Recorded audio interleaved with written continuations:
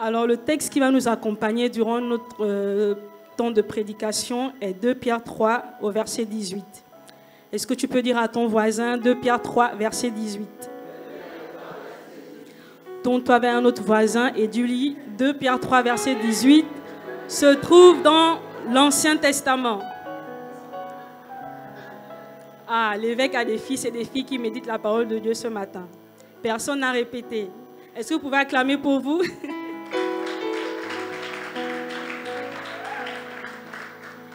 Alors, en effet, 2 Pierre 3, verset 18 se trouve dans le Nouveau Testament. Il est écrit, « Mais croissez dans la grâce et dans la connaissance de notre Seigneur et Sauveur Jésus-Christ. À lui soit la gloire, maintenant et pour l'éternité. Amen. » Alors, avant de rentrer dans notre temps d'échange, il y a quelques semaines, l'évêque avait demandé aux excellentes deuxième année en présentiel qu'ils allaient prêcher. Moi, j'étais en ligne, j'ai écrit « Dieu, merci, je ne suis pas là-bas. » Erreur! Et du coup, 10 minutes après, cette phrase m'a travaillé. Du coup, je suis repartie dans les commentaires, je suis montée pour aller supprimer le commentaire pour que l'évêque ne voit pas le commentaire. Mais je pense que Dieu n'a pas vu que j'avais supprimé le commentaire et je suis devant vous ce matin.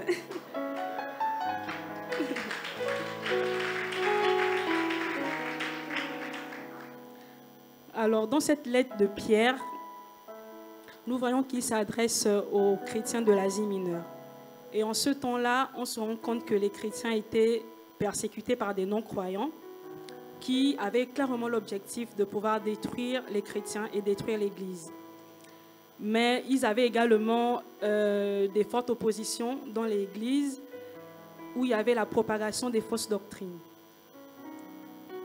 Et l'objectif de ces impies était clairement de faire refroidir le zèle des chrétiens, de faire taire leur amour pour Christ dans leur cœur et leur foi. Et dans ce, j'aimerais suggérer quelques instants que à cette période en fait de la Bible, en fait les chrétiens subissaient en fait des persécutions telles qu'il y avait des faux témoins, il y avait des faux docteurs, il y avait des faux évangélistes. Et il y avait des personnes en fait qui étaient là pour que les chrétiens puissent repartir à ce qu'ils avaient délaissé, puissent clairement régner la foi, puissent clairement régner Dieu. Mais je prie ce matin que vous qui êtes là ce matin, vous restez attachés à la parole de Dieu et que vous ne vous détournez pas et que vous allez jusqu'au bout, jusqu'à l'arrivée de Christ. Amen. C'est pourquoi en fait, quand Pierre a vu tout ceci, quand Pierre a vu que tout ceci allait arriver, il a demandé en fait aux chrétiens pour contrecarrer en fait les plans en fait des impies et de ses persécuteurs. Il leur a demandé d'être vigilants et leur a recommandé de croître en grâce et en connaissance de notre Seigneur Jésus-Christ. Car le risque était que plusieurs qui auraient déjà donné leur vie à Christ devaient repartir en fait dans tout ce qu'ils avaient délaissé, dans tout ce qu'ils avaient vomi. Et on va relire 2 Pierre 3 à partir du verset 17 qui dit « Vous donc, bien-aimés, qui êtes prévenus, soyez sur vos gardes, de peur qu'entraînés par l'égarement des impies, vous ne veniez à déchoir de votre fermeté. » Donc vraiment, nous devons rester fermes, nous devons rester attachés à la parole de Dieu, car nous avons toutes les réponses à cette parole. Aucune situation en fait ne peut faire en sorte que tu puisses repartir dans le monde qui n'y est pas dans la parole de Dieu. Amen. Au travers des enseignements précédents que nous avons eus ces dernières semaines, nous conviendrons ensemble que croître est essentiel pour la vie d'un chrétien. Amen. Est-ce que tu peux dire à ton voisin que croître est essentiel pour la vie d'un chrétien? Amen. Nous pouvons prendre l'exemple de l'accroissement intérieur du chrétien. Nous sommes dans un temps où plusieurs en fait, chrétiens, une fois qu'ils ont donné leur vie à Christ, pensent que l'accroissement spirituel se fait automatiquement. C'est qu'aujourd'hui, tu as fait la prière du salut, tu as décidé de marcher avec Christ, tu as fait ton baptême, et là, en fait, directement, la croissance spirituelle est déjà là. Tu peux brûler des étapes comme un nourrisson en fait, qui vient de naître. Il ne va pas boire le lait de croissance. Et une fois, il est devenu adulte. Amen. Nous devons donc, Amen. Nous devons donc, en fait, quand on décide de marcher avec Christ, pouvoir croître par étapes. Et cette étape passe par le processus où on invite Dieu à habiter à l'intérieur de nous et on marche en conformité avec sa parole. Amen.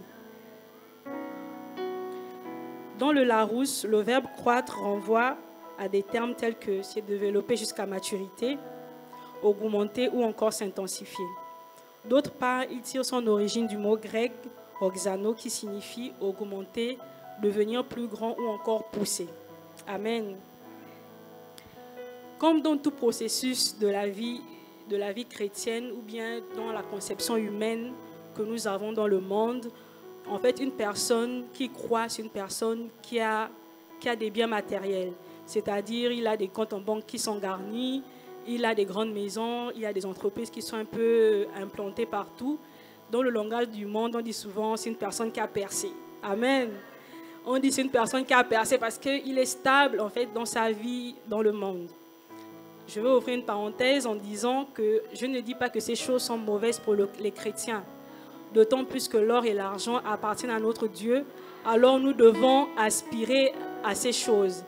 Parce que Dieu, en fait, va nous donner ces choses pour pouvoir rentrer dans des sphères et pouvoir influencer notre entourage. Amen. Mais ce que j'ai envie de dire ce matin, c'est qu'une fois qu'on a donné sa vie à Christ, ce qu'on entend par croissance, c'est d'abord ressembler davantage à Christ. Et pour ressembler davantage à Christ, nous avons besoin de sa parole. Nous avons besoin de méditer sa parole et nous avons besoin de croître aussi avec les enseignements que nous entendons. Je ouvre une parenthèse dans une parenthèse. Les enseignements que nous attendons de notre évêque. Amen. Pas les enseignements qu'on entend. Voilà. Parce qu'après, ça porte à confusion. Parce qu'après, ça porte à confusion. L'évêque t'enseigne ceci.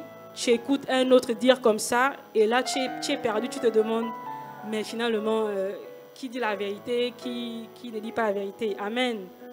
Donc, nous devons avoir un seul daddy qui est l'évêque Gély Doré-Go. Amen. Est-ce qu'on peut acclamer le Seigneur?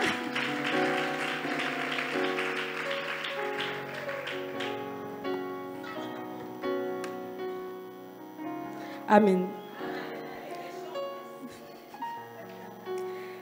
Du coup, cependant, le chrétien est engagé, comme je disais tout à l'heure, premièrement dans le processus de croissance afin de ressembler davantage à Christ, qui est notre modèle selon Luc 2, 52, qui dit « Et Jésus croissait en sagesse, en stature et en grâce devant Dieu et devant les hommes. » Amen.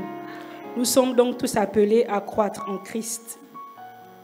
En 2 Pierre 3, au verset 18, la Bible parle de croissance en grâce et en connaissance. C'est donc là le sujet que nous aimerions aborder avec vous, et ce dans la continuité de notre série « Croissance et influence ». Le titre de notre partage ce matin est « Croître quand même ». Amen. Et je vais donner la parole à Emmanuel pour la suite. Que Dieu vous bénisse.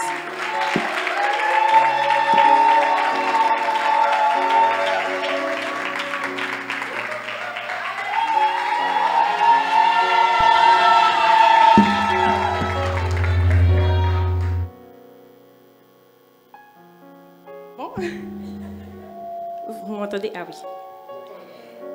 Je disais, c'était une entrée vraiment.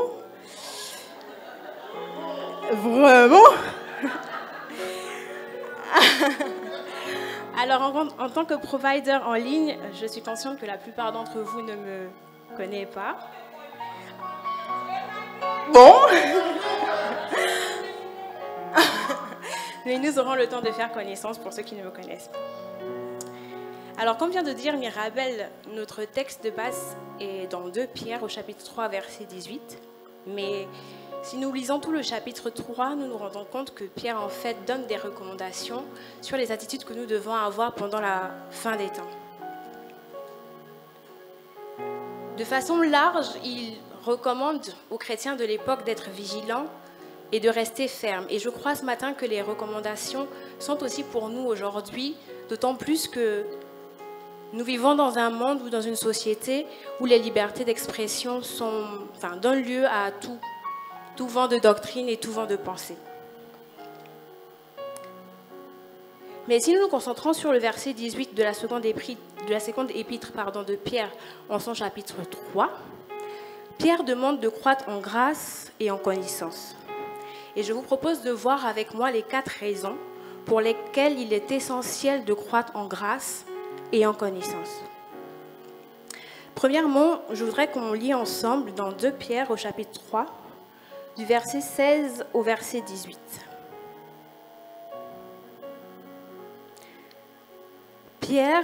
2 Pierre, au chapitre 3, du verset 16 au verset 18. Il est écrit, c'est ce qu'il fait dans toutes les lettres où il parle de ces choses dans lesquelles il y a des points difficiles à comprendre, dont les personnes ignorantes et mal affermies tordent le sens, comme celui des autres écritures pour leur propre ruine. Vous donc, bien-aimés, qui êtes avertis, mettez-vous sur vos gardes, de peur qu'entraînés par l'égarement des impies, vous ne veniez à déchoir de votre fermeté. Mais croissez dans la grâce et dans la connaissance de notre Seigneur et Sauveur Jésus-Christ. À lui soit la gloire, maintenant et pour l'éternité. Amen. Nous voyons ici que dans le verset 18, Pierre met une opposition entre les versets précédents par la conjonction de coordination « mais ». Pierre veut donc apporter une correction par rapport à ce qui était fait et qui ne devait pas être. Des versets que nous venons de lire, nous pouvons en tirer que la première raison pour laquelle nous devons croître en grâce et en connaissance est la stabilité. Est-ce que tu peux dire avec moi « stabilité » ? Yes.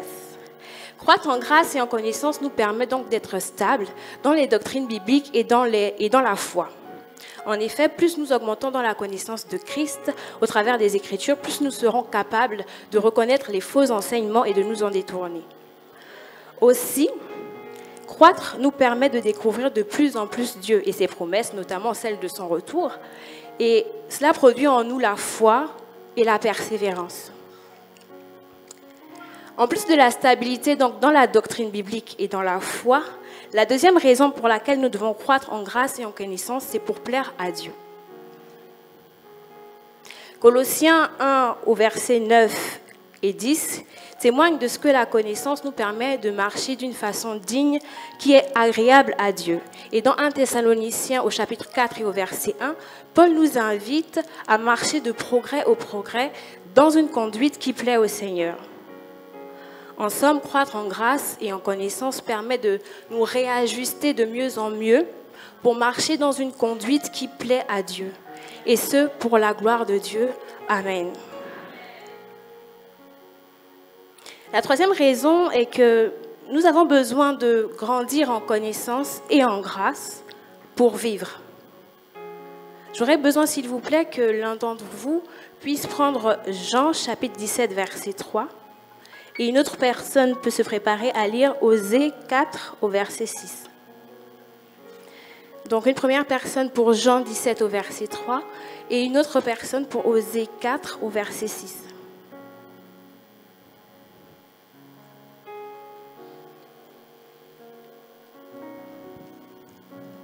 Je lis Jean 17 au verset 3. Or, la vie éternelle, c'est qu'ils te connaissent, toi, le seul vrai Dieu, et celui que tu as envoyé, Jésus-Christ. Amen. Osée, chapitre 4, au verset 6. Oui, mon peuple périt, faute de connaissance, parce que vous, les prêtres, vous avez rejeté la connaissance. Je vous rejetterai,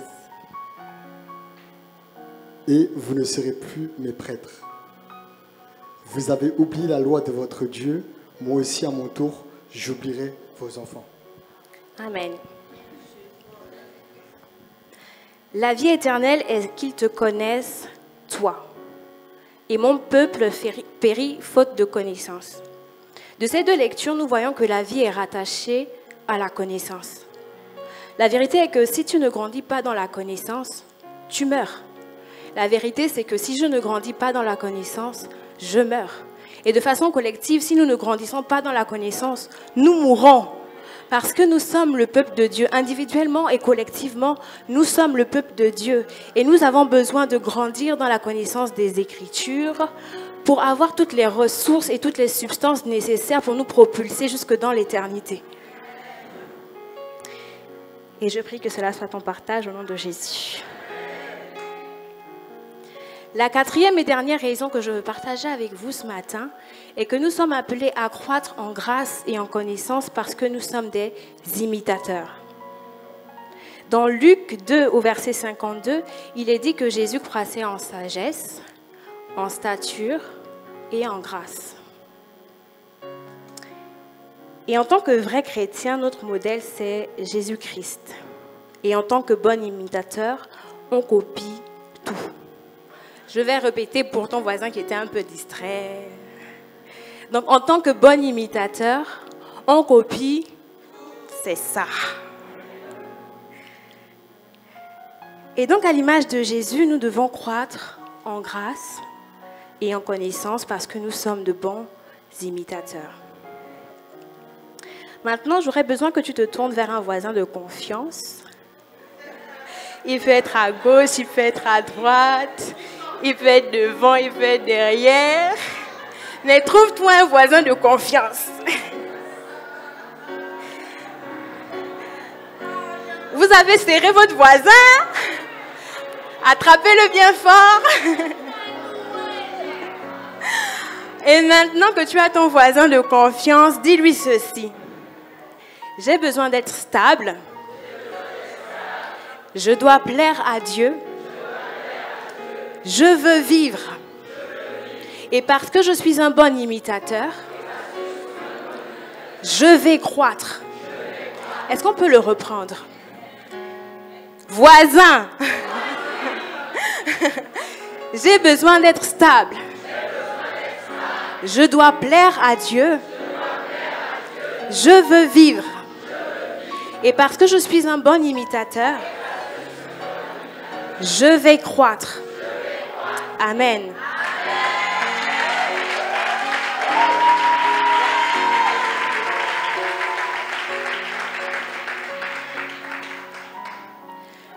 Bon, là, nous sommes d'accord que vous venez de vous engager librement auprès de votre voisin. Personne ne vous a forcé. On ne vous a pas mis le couteau sur la gorge. Donc, si après un certain temps, ton voisin constate que tu n'as toujours pas évolué, il est en droit de te regarder un peu bizarrement en te posant la question, mais frère, sœur, le dimanche 6 août 2023, tu m'as dit que je vais croître. Où est-ce que ça en est? Et toi, en tant que bon chrétien, tu es obligé de lui dire la vérité.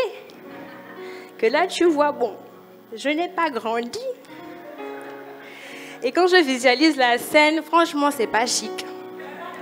Vraiment pas chic. Alors là, pas chic du tout. Donc, tu es obligé de croître pour de vrai. Et ton voisin a le droit de te questionner. Est-ce que tu peux encore te retourner vers ton voisin de confiance? Le même, ne change pas. Et tu lui dis, voisin, tu as le droit de me questionner. Non, dis-lui bien, tu as le droit de me questionner. Maintenant, toi aussi, voisin, il faut lui mettre un peu de pression de temps en temps en lui posant la question sur sa croissance. Mais surtout, n'oublie pas que tu es le voisin de ton voisin. Donc, il a aussi l'œil sur toi. Alléluia. Après avoir vu ensemble les 4 raisons pour lesquelles nous devons croître en grâce et en connaissance, nous pouvons nous demander que signifie réellement croître en grâce et croître en connaissance. Et pour y répondre, je vais inviter la prochaine intervenante qui se fera un plaisir de partager avec nous sur ce thème. Amen.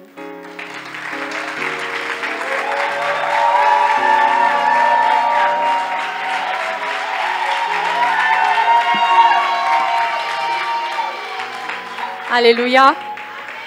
Alors nous allons répondre maintenant à la question, qu'est-ce que croître en grâce et en connaissance? Et dans un premier lieu, nous allons définir qu'est-ce que croître en grâce. De quelle grâce ici l'auteur parle? De quelle grâce il signifie ici? En lisant notre texte de base dans la version Parole de vie, on se rend compte que le mot grâce est remplacé par le mot amour. Dis avec moi, amour. On peut donc déduire que la grâce dont on parle ici parle d'une attitude, d'une disposition de cœur bienveillante envers autrui. Seulement lorsqu'on considère le contexte dans lequel le texte a été rédigé, nous constatons en fait que les chrétiens à cette époque-là étaient persécutés. Ils vivaient des situations très très difficiles. Donc dans ce contexte-là, demander à ces mêmes chrétiens de croître en grâce, c'est-à-dire de croître en amour, nous fait penser à des instructions que Jésus lui-même a déjà données à ses disciples en son temps. Nous allons prendre le texte de Matthieu 5 au verset 44. C'est Jésus qui dit « Mais moi je vous dis, aimez vos ennemis, bénissez ceux qui vous maudissent, faites du bien à ceux qui vous haïssent, et priez pour ceux qui vous maltraitent et vous persécutent. » Et dans Marc 12, verset 31, il dit « Tu aimeras ton prochain comme toi-même. » Dis à ton voisin « Aime ton prochain comme toi-même. » Tu peux changer de voisin et dire à un autre voisin « Aime ton prochain comme toi-même. » Alléluia. Il dit « Tu aimeras ton prochain comme toi-même. » Donc cette croissance en grâce est rendue possible comme si nous cultivions le fruit de l'esprit décrit dans Galates 5 au verset 22. En définitive, notre croissance en grâce est attachée à notre ressemblance à Christ. En effet, avant de rechercher la connaissance, nous devons chercher la ressemblance.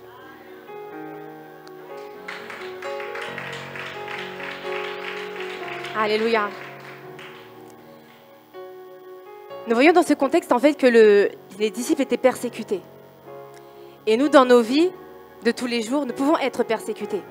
Nous devons passer par des temps difficiles, nous pouvons nous retrouver, que ce soit dans le milieu professionnel, dans le milieu familial ou ecclésiastique, où nous pouvons être persécutés, où les gens peuvent manifester des attitudes, des comportements qui peuvent nous blesser ou nous faire mal.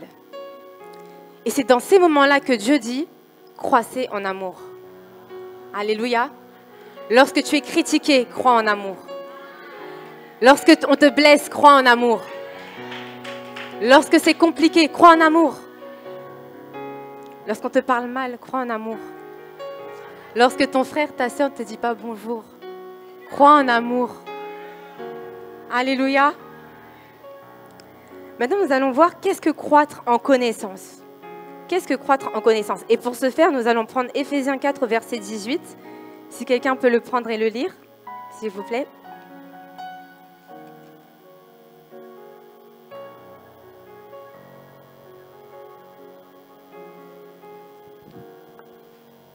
Éphésiens 4, verset 18.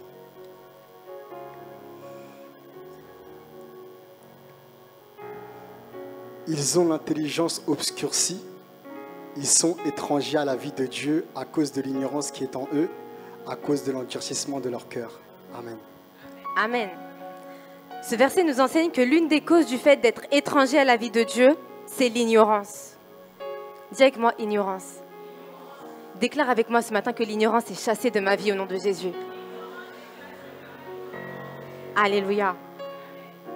Croître en connaissance, c'est augmenter notre connaissance des choses de Dieu, de sa parole. Jésus, notre modèle, à 12 ans, enseignait déjà dans le temple.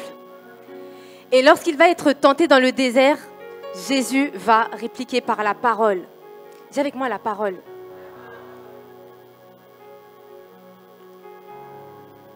Nous devons donc, comme lui, progresser et devenir matures dans notre connaissance de la parole. Alléluia. De la même manière que les hommes, pour se déplacer, le font sur 2 pieds, la croissance que nous devons expérimenter se fait sur 2 piliers, la grâce et la connaissance, comme nous l'avons vu.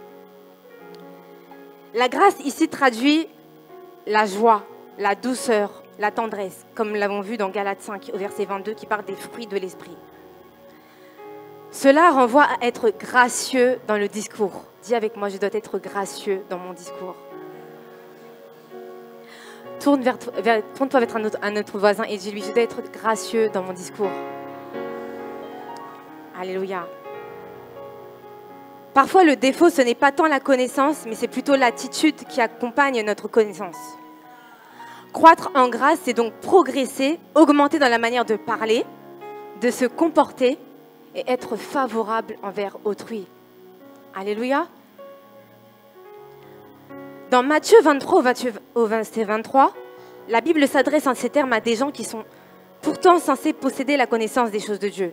Et il dit: malheur à vous, scribes et pharisiens hypocrites, parce que vous payez la dîme de la menthe, de la nette et du cumin, et que vous laissez ce qui est important dans la loi, la justice, la miséricorde et la fidélité. C'est là ce qu'il fallait pratiquer sans négliger les autres choses. La connaissance, quant à elle, est utile, selon Osée 4, verset 6, qui dit « Mon peuple est péri par manque de connaissance ». Comme nous l'avons lu tout à l'heure, « Puisque tu as rejeté la connaissance, je te rejetterai et tu seras dépouillé de mon sacerdoce. Puisque tu as oublié la loi de ton Dieu, j'oublierai aussi tes enfants. » Une croissance saine est donc une croissance qui coche à la fois les cases de la grâce et de la connaissance. Et c'est la seule à même de pouvoir préserver des impies et de nous garder fermes et constants dans notre foi. La grâce est donc la forme et la connaissance le fond. Donc dis avec moi, je dois croître dans la grâce. Je dois croître dans l'amour. Et je dois croître dans la connaissance. Je vais maintenant appeler le prochain intervenant.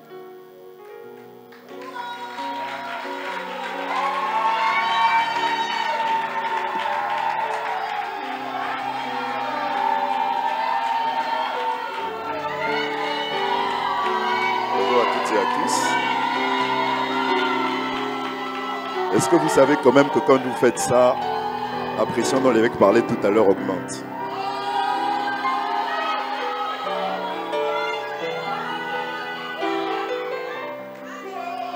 Ce matin, nous parlons de croître quand même. Et la sœur Linda tout à l'heure nous a parlé de l'impérieuse nécessité de croître à la fois en grâce et en connaissance. Et ce matin, puisque l'évêque nous parle depuis quelques semaines de croissance et influence, moi je suis celui qui va parler du lien entre la croissance et l'influence. Le passage d'Éphésiens 4 au verset 3 nous fait comprendre que le désir de Dieu est de nous voir parvenir à l'état d'homme parfait, à la mesure, à la stature parfaite de Christ. C'est l'état d'un adulte responsable d'une personne arrivée au sommet de sa croissance. Comme nous l'avons dit plus haut, Jésus croissait en stature, en sagesse et en grâce devant Dieu et devant les hommes. Il est notre modèle parfait et ce que nous constatons de sa vie, c'est que le résultat de sa croissance à lui était l'influence. Jésus a influencé et changé positivement le sens de l'histoire. On s'entend déjà, au milieu de ses contemporains, la Bible nous dit que sa renommée se répandait de plus en plus. Aujourd'hui encore, la majorité des peuples utilise un calendrier dont il est le point central. Vous savez qu'on dit avant Jésus-Christ, après Jésus-Christ. Donc Jésus était influent. D'ailleurs, l'influence de Jésus ne s'exerce pas que sur les hommes. La Bible nous dit qu'il commandait avec autorité aux esprits impurs et que ceux-ci lui obéissaient. La Bible dit aussi qu'il commandait aux éléments. Vous vous rappelez tous de cet épisode où Jésus est dans la barque et puis que la tempête impolie tente de réveiller le maître. Il s'est réveillé et puis il a réglé ça. Vous savez comment il l'a fait. Donc même les éléments obéissaient à Jésus-Christ. Jésus-Christ, notre modèle, était donc quelqu'un de très influent. Et on ne peut pas ne pas faire le lien entre l'influence qu'il a manifestée et la croissance qu'il a expérimentée. La Bible dit qu'il croissait en sagesse, en grâce, en stature et en grâce devant Dieu et devant les hommes. Et donc en expérimentant le même type de croissance de Jésus, on peut être certain qu'on va expérimenter le même type d'influence que lui. Une autre histoire que je veux vous lire pour vous parler d'influence ce matin, je l'ai trouvée dans une parabole que vous connaissez tous normalement. C'est la parole du bon grain et de l'ivraie. Je vais lire la parole de Dieu dans Matthieu 13, à partir du verset 24. Il leur proposa une autre parabole et il dit: le royaume des cieux est semblable à un homme qui a semé une bonne semence dans son champ, mais quand les gens dormaient, son ennemi vint, sema de l'ivraie parmi le blé et s'en alla. Lorsque l'herbe eut poussé et donné du fruit, l'ivraie parut aussi. Les serviteurs du maître de la maison vinrent et lui dirent: Seigneur, n'as-tu pas semé une bonne semence dans ton champ? D'où vient donc qu'il y a de l'ivraie?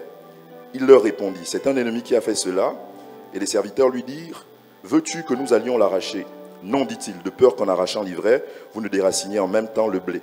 Laissez croître ensemble l'un et l'autre jusqu'à la moisson.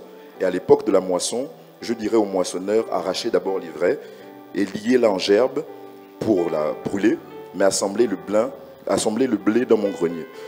Je voudrais attirer votre attention sur le laisser-les croître ensemble l'un et l'autre jusqu'à la moisson. Et puis comme je suis excellent et que je parle d'une parabole, il faut que je vous donne quand même le sensus plenior. C'est une parabole de Jésus. Et puisque c'est lui qui en a parlé, je veux vous en donner l'interprétation qu'il en fait. Et donc je vais lire à partir du verset 30 cette fois-ci pour que vous entendiez Jésus vous donner l'interprétation de cette parabole. Non, c'est pas au verset 30, c'est un peu plus bas.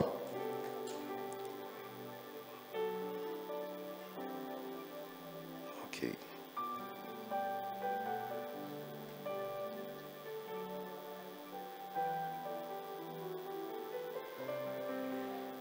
Je suis perdu dans mes notes, mais je vais me retrouver. D'accord. À partir du verset 36, la Bible dit, alors il renvoya la foule et entra dans la maison. Ses disciples se rapprochèrent de lui et dirent, explique-nous la parabole de l'ivraie et du champ. Il répondit, celui qui sème la semence, c'est le Fils de l'homme. Le champ, c'est le monde. La bonne semence, ce sont les fils du royaume. L'ivraie, ce sont les fils du malin. L'ennemi qui l'a semé, c'est le diable. La moisson, c'est la fin du monde. Les moissonneurs, ce sont les anges. Or, comme on arrache l'ivraie et qu'on la jette au feu, il en sera de même à la fin du monde. Le Fils de l'homme enverra ses anges qui arracheront de son royaume tous les scandales et ceux qui commettent l'iniquité, et ils les jetteront dans la fournaise ardente, où il y aura des pleurs et des grincements de dents. Donc ça, c'était l'interprétation que Jésus a donnée après avoir donné la parabole qu'il a donnée à ses disciples. Maintenant que j'ai fait ça, normalement, en respectant le sens de cette parabole, je peux vous en parler et commencer à vous dire que dans cette parabole, Jésus parle du blé semé par Dieu et de l'ivraie semé par le diable. Il dit aussi que c'est seulement quand les deux plantes seront devenues adultes qu'on pourra les distinguer. Donc, se pourrait-il que le manque de considération, le manque d'égard, le manque de distinction que tu subis soit finalement la conséquence du fait que jusqu'ici tu n'as pas grandi? Je repose la question en m'incluant parce que la croissance nous concerne tous. Se pourrait-il que le manque de considération, d'égard que nous subissons soit finalement la conséquence du fait que jusqu'ici nous ne grandissons pas? De la même manière que l'héritier, tant qu'il demeure un enfant, ne diffère en rien d'un esclave, tant que le blé n'a pas poussé, il ne diffère en rien de l'ivraie. Si tu veux te distinguer, il faut que tu croisses.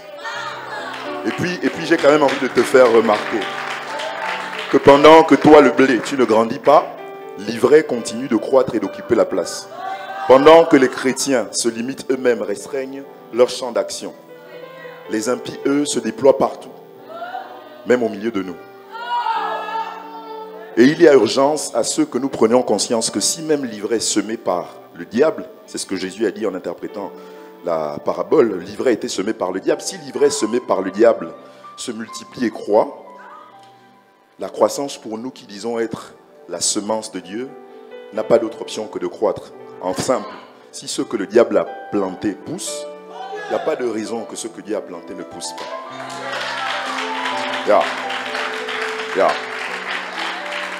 Et puis d'ailleurs, ça fait des années que tu nous fatigues et que tu nous dis que toi tu es le blé. Mais en vrai, qu'est-ce qui nous le prouve? Qu'est-ce qui nous le prouve? Le seul moyen pour nous de nous assurer que tu es vraiment qui tu prétends être, c'est que tu croisses.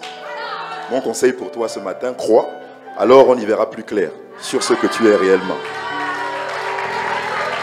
Et je vais finir sur l'illustration de cette parabole avec cette partie qui, je pense, est spécifiquement pour toi. Tu peux avoir l'impression que depuis tout à l'heure, je m'adresse à l'église, que je parle de manière groupée, mais cette partie, je pense que Dieu me l'a inspirée spécifiquement pour toi. Je veux te faire remarquer que ce qu'il y a d'extraordinaire dans cette histoire, c'est que la présence de l'ivraie et même sa croissance ne peuvent pas empêcher le blé de grandir. Puisque le maître a dit à ses serviteurs, laissez-les l'un et l'autre croître jusqu'à la mation. J'ai envie de te dire que si tu dois retenir quelque chose de tout ce que je dis ce matin-là, c'est cette partie-là, c'est vraiment pour toi, c'est pour ça que j'insiste. J'ai envie de te dire que la présence de l'ivraie dans ta vie ne devrait pas interrompre la croissance du blé. En d'autres termes, que les fautes, les erreurs et tous les méfaits dont tu t'es rendu coupable, aussi graves soient-ils, n'ont pas la capacité de t'empêcher de manifester ta vraie nature. Et ceci a un coût, c'est que tu grandisses. J'ai envie de te dire que j'étais exactement au même endroit que toi, il y a quelque temps. pas si loin que ça d'ailleurs, avec exactement les mêmes certitudes que toi. À savoir qu'il était trop tard pour moi, j'étais conscient de mes échecs, de toutes mes erreurs, et à cause de toutes ces choses-là, je ne voyais pas comment, entre Dieu et moi, ça pouvait prospérer encore. Je vous ai dit que c'était il n'y a pas très longtemps. Et donc, je lui ai dit, c'est trop tard. Il y a trop d'ivraies dans ma vie. De ce que je constate aujourd'hui, je ne vois pas dans quelles conditions ce que tu me dis là, à travers tes serviteurs, peut se réaliser. Je n'ai pas envie de te faire honte. Toi et moi, on connaît le Glenn que les gens ici ne connaissent pas. Toi et moi, on sait ce que je fais dans le secret quand les gens ne me voient pas. À cause de cette ivraie-là, il faut qu'on arrête. Il n'y a plus de raison que le blé pousse. Est-ce que tu te reconnais dans ce que je dis? Est-ce que toi aussi, l'ivraie arrive à un niveau où ça te paralyse et tu penses que, à cause de cette présence trop grande, trop importante, tu ne peux plus laisser croître le blé? Je te disais que j'étais exactement au même endroit que toi. Et donc j'ai dit à Dieu qu'il était trop tard. Et j'avais pris des décisions radicales sans en parler à ma femme, sans en parler à mon évêque. L'un des reproches qu'il me fait souvent, c'est que je ne lui parle pas beaucoup. Mais ça fait longtemps qu'il me connaît, donc je suis comme ça. Je pense qu'il commence à comprendre que je suis comme ça. Mais alors que j'avais pris cette décision et que j'avais décidé qu'il y avait trop d'ivraies dans ma vie, et que de toute façon, la seule issue qui restait pour moi, c'est d'être un chrétien du dimanche. Je ne voulais plus entendre parler du service. Je voulais venir à l'église, payer mon offrande, payer ma dîme, et puis c'est bien. Ça suffit, de toute façon, Dieu a déjà pris ma femme. Et puis alors que je pensais comme ça, Dieu s'est organisé pour que je me retrouve seul en voyage avec mon père à Abidjan. Et puis je ne vais pas vous faire tout le témoignage de ce que j'ai vécu là-bas, je n'ai pas beaucoup de temps. Mais dès qu'il m'a dit qu'il voulait aller avec moi à Abidjan, je sais que, parce que je le connais depuis des années, ce n'est pas quelqu'un qui va venir te dire allons en voyage parce que j'ai envie qu'on chill. J'ai bien compris qu'il y avait quelque chose qui se passait là dans ma vie, et ça j'ai dit ça à ma femme. J'ai dit que j'ai le sentiment que je suis à un moment kairos de ma vie. Que là, je suis en train de prendre un chemin, et ça va dépendre de la porte que j'ouvre. Je vous ai dit que je n'avais pas parlé avec mon père, il m'a emmené à Côte d'Ivoire, et la manière dont les choses se sont passées là-bas m'ont fait réfléchir sur les choses que j'avais dit à Dieu. Vous vous souvenez, j'avais dit à Dieu que pour moi c'était trop tard, que j'avais le projet d'arrêter, et puis dès qu'on est arrivé sur place, Dieu n'a pas arrêté de me parler par des gens que je ne connaissais pas, que je n'avais jamais rencontrés. Il y avait très peu de plénières, c'était pendant Rehoboth 2021 en Côte d'Ivoire, à Babi, chez nous. Il y avait très peu de plénières où finalement les hommes de Dieu que je ne connaissais pas ne parlaient pas de moi, ne me parlaient pas à moi. Et je continue à dire, mais Dieu, toi et moi on s'est parlé. Tu connais, non? Tu connais le Glenn là. Pourquoi tu continues de faire ça? J'ai compris que Dieu n'était pas décidé à faire comme je lui avais proposé, il n'était pas décidé à rompre. Lui, il voulait continuer la relation. Et un soir, alors que je sortais d'une plénière où, encore une fois, Dieu m'avait parlé et que j'étais certain, cette fois-ci, qu'il n'y avait aucun doute que c'était lui. Je suis rentré dans ma chambre d'hôtel, troublé. J'ai dit à Dieu, toutes ces années, j'ai résisté. Toutes ces années, j'ai essayé de fuir.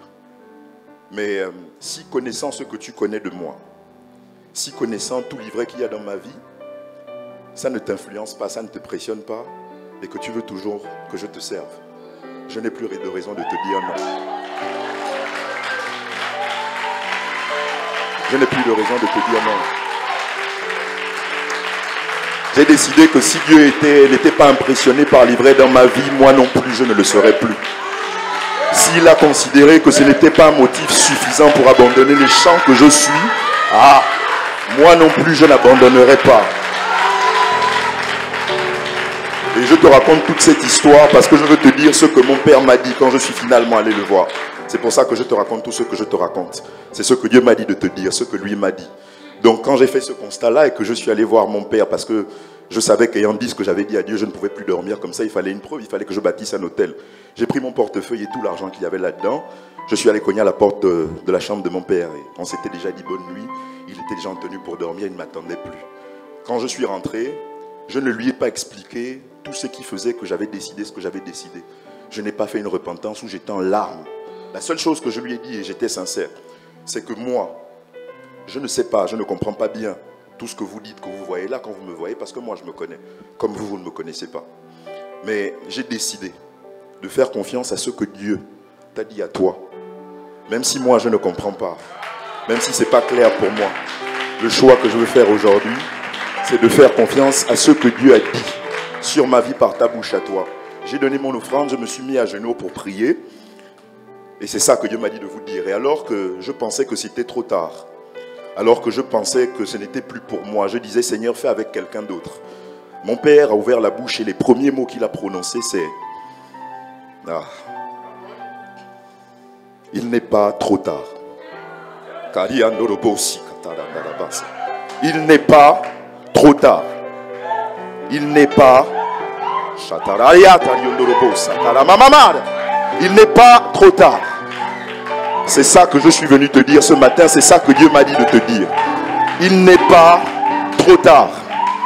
L'ivraie n'est pas une raison suffisante pour ne pas faire pousser le blé. Au contraire, si le blé a poussé, moi j'ai décidé que pour toutes les boutures d'ivraie, il y aurait au moins 2 fois plus de blé. Là où le diable m'a fait du mal, chariot, je vais utiliser tout ce qui est en moi pour que quand bien même les gens puissent dire, à raison ou pas, qu'il y a de l'ivraie dans ma vie, ils soient forcés de constater que le blé aussi y est, parce que le maître a dit, laissez-les croître ensemble. Au sujet de l'influence, il ne peut pas y avoir de neutralité. Soit tu l'exerces, soit tu la subis, c'est à toi de choisir. Et ma proposition pour toi ce matin prend le ton impératif du verset de base de notre étude. Mais vous, croissez en grâce et en connaissance. Ce matin, je te dis qu'il est temps de croître encore. Le terme de notre passage, c'est croître quand même. Et je voulais faire le lien dans cette première partie entre la croissance et l'influence. Normalement, je vous ai dit ce que j'avais à vous dire, mais il y a une dernière partie du développement qui est la mienne, et je vais vous en parler rapidement. C'est comment croître en pratique. Comment mettre en pratique les éléments dont nous parlons depuis tout à l'heure. Comment est-ce qu'on peut faire pour croître à la fois en grâce et en connaissance. La première chose que je peux vous dire, c'est qu'il faut développer en soi les sentiments qui étaient en Christ en cultivant le fruit de l'esprit. On nous en a parlé tout à l'heure dans Philippiens 2 au verset 5. La Bible dit « Ayant en vous les sentiments qui étaient en Christ, lequel l'existence sous forme de Dieu n'a pas regardé comme une proie arrachée, d'être l'égal de Dieu. » Vous connaissez la suite. Dieu nous exhorte à nous revêtir des sentiments qui étaient en Christ. En fait, Dieu nous invite à revêtir le caractère de Christ. Et ça, nous l'avons vu, nous le faisons en développant, nous, le fruit de l'esprit. C'est donc une manière de croître en grâce. Ensuite, la Bible dit dans Romains 12 au verset 2, « Ne vous conformez pas au siècle présent, mais soyez transformés par le renouvellement de l'intelligence. » Ne pas se conformer au siècle présent, c'est une manière de croître en connaissance. Ce que je dis, c'est que la prière, l'étude, la méditation de la parole de Dieu, la communion avec le Saint-Esprit nous permettent de revêtir Christ et de laisser son esprit nous remplir de connaissances, de la connaissance nécessaire afin de tenir face aux impies. Et puis à la liste des éléments que je viens de citer, on peut ajouter, s'inscrire à Élie. Si vous voulez croître en connaissance, inscrivez-vous là-bas. Si je parle bien ce matin, c'est parce que je suis à Élie. Et donc, j'ai dit 2 éléments. Revêtir le caractère de Christ, ne pas se conformer au siècle présent. Et puis le dernier élément dont je vais vous parler ce matin, il faut que je laisse mes notes pour que je montre quand même que je peux parler sans. C'est de manière pratique, vous êtes ce que vous mangez. Vous êtes ce que vous mangez. Vous avez certainement déjà entendu cette phrase. Il y a des gens qui, pour vous faire changer votre régime alimentaire, vous disent que la manière dont vous vous comportez est liée à ce que vous mangez. Par exemple, si vous mangez trop de viande rouge comme moi, on vous dit que vous êtes impulsif, vous êtes colérique, vous êtes tous les ifs là, parce que en fait vous avez un comportement rouge parce que vous mangez de la viande rouge. D'accord? Je ne sais pas si c'est vrai, mais je suis convaincu qu'il ne peut pas y avoir de lien entre ce que nous mangeons et ce que nous devenons. J'en veux pour preuve le fait que quand vous mangez du gras, vous devenez gras. Et la semaine dernière, l'évêque nous a raconté l'histoire de David et de ses vaillants hommes. C'est pour ça que je suis descendu, pour être près de là. Il a parlé de David et de ses vaillants hommes qui sont devenus ce qu'ils sont devenus, semble-t-il, à cause d'un repas particulier qu'ils ont mangé alors qu'ils n'avaient pas le droit de le manger. Il nous a dit que David et ses hommes ont été transformés parce qu'ils ont mangé des pains de proposition. Et il nous a dit que ces pains de proposition-là représentaient le repas que nous allons avoir ce matin. Et donc moi je crois en la puissance de ces éléments-là. C'est pour ça que cette semaine, j'ai pris le temps de me préparer. J'ai pris un temps de jeûne, pas seulement pour la prédication, mais parce que je suis convaincu qu'il y a quelque chose qui va se passer dans ma vie. Alors que je vais prendre ces éléments, il y a un Glenn dont j'ai marre qui va partir forcé une fois que j'aurai pris ces éléments-là. Et alors que je dis ça, vous comprenez le lien. David et ses hommes ont mangé le repas sacré. Nous aussi, ce matin, nous allons manger le repas sacré. Donc, il y a de l'espoir que nous soyons changés au moins la même chose qu'eux. Mais, parce que je suis excellent, j'ai lu le passage à plusieurs reprises, dans plusieurs versions, comme nous le préconise l'étude inductive. Et pasteur Caril, ce que j'ai trouvé, c'est que le sacrificateur, en ce temps-là, a donné à David et ses hommes des pains de proposition. Des pains de proposition. Et je ne sais pas exactement combien de céréales composaient ces pains de proposition. Je ne sais pas s'il se trouvait, comme on en fait aujourd'hui, des pains de proposition complets. Mais quand bien même, David et ses hommes auraient mangé des pains de proposition complets, leur repas était tout de même incomplet. Oui, c'est bizarre. Je laisse que ça descende. Parce que le repas, c'est non seulement le corps, mais aussi le sang. Le repas, c'est non seulement le pain, mais aussi le vin. Or, David et ses hommes n'ont mangé que des pains de proposition. Et pourquoi je vous dis ça ce matin? Est-ce que c'est pour faire genre? Non, je vous dis ça ce matin parce que ça m'a posé une question que j'ai envie de vous poser. Si David et ses hommes, en mangeant seulement le pain, sont devenus ce qu'ils sont devenus, si David et ses hommes, en ayant à disposition seulement le corps, ont été capables de vivre dans leur chair, dans leur corps, des transmutations, leur conférant des pouvoirs surnaturels, j'ai envie de vous demander, qu'en sera-t-il de nous ce matin, qui avons non seulement le pain, mais aussi le vin? Qu'en sera-t-il de nous ce matin, qui avons non seulement le corps, mais aussi le sang? Mes amis, je rêve que dans des temps avancés, on puisse parler de nous un jour. Comme on a parlé de David et de ces vaillants hommes, qu'on puisse dire que dans la ville de Noisy-le-Grand, il y avait autour de l'évêque Gélil la lampe de providence, des hommes et des femmes vaillants. Que c'était à tel point que parmi eux, un jour, un homme s'est levé et qu'il a décidé à lui tout seul d'assumer pour le montant de 800 000 € les charges de l'église. C'était à tel point qu'un jour, une femme de distinction est entrée dans le bureau de l'évêque. Elle lui a dit: mon évêque, je ne sais pas exactement combien il nous manque pour devenir propriétaire enfin de ce bâtiment. Mais voilà, j'ai un chèque en blanc, j'ai signé. Je te le remets, tu n'as plus qu'à mettre le montant. Je rêve, mes amis, je rêve qu'on prenne la politique. Je rêve qu'on parle de nous dans l'économie. Je rêve qu'on parle de nous dans l'éducation. En fait, je rêve que dans cette société, il n'y ait aucune strate, aucun espace que les providers n'ont pas influencé. Pourquoi?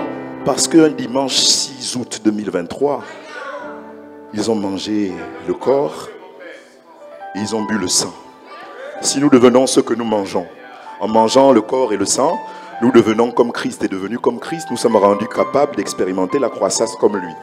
Puisqu'il croissait en sagesse, en grâce, en stature devant Dieu et devant les hommes, nous pouvons nous aussi expérimenter cette croissance. Et j'ai envie de vous demander, si nous devenons tous comme Christ, qui pourra nous résister?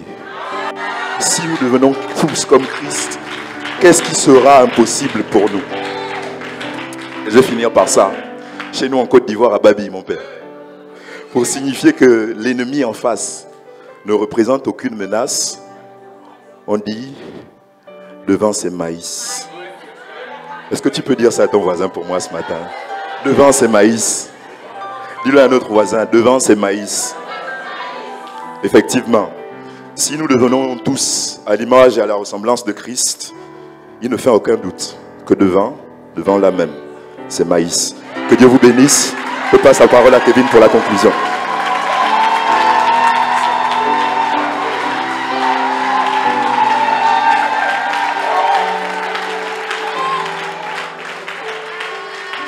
Gloire à Dieu. Gloire à Dieu. Fort. Ouais. Fort. Merci, Prési Glenn. Alors, en conclusion, le projet de Dieu pour l'homme, ce n'est pas qu'il trépasse, mais qu'il croisse. La croissance chrétienne a besoin d'obéissance de plusieurs essences essentielles afin de vivre sur la terre le ciel. La croissance est nécessaire dans le but de plaire à notre Seigneur et être ses imitateurs. Notre croissance en Christ est attachée à notre ressemblance. Notre croissance en grâce est attachée à notre ressemblance à Christ.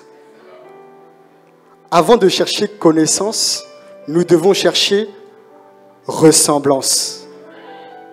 Avant de chercher connaissance, nous devons chercher merci. Pour être stable et que la vie de sainteté éternelle soit notre partage, armons-nous de courage. Nous devons augmenter dans la connaissance qui nous est donnée au travers les Écritures afin d'être plus matures. Aujourd'hui, décidons d'aller avec le Seigneur plus loin dans notre intimité afin que notre intelligence soit renouvelée et que notre être soit transformé et que nous devenions plus influents. Il n'y a pas d'intimité sans se connecter à Dieu par la prière ou par les Saintes Écritures. Au vu de ce qui précède, pensons-nous être des personnes à même d'exercer une croissance et une influence positive afin de ramener les gens à Christ? Je répète, au vu de ce qui précède, pensons-nous, est-ce que moi-même je pense être une personne à même d'exercer une croissance et une influence positive afin de ramener les gens à Christ?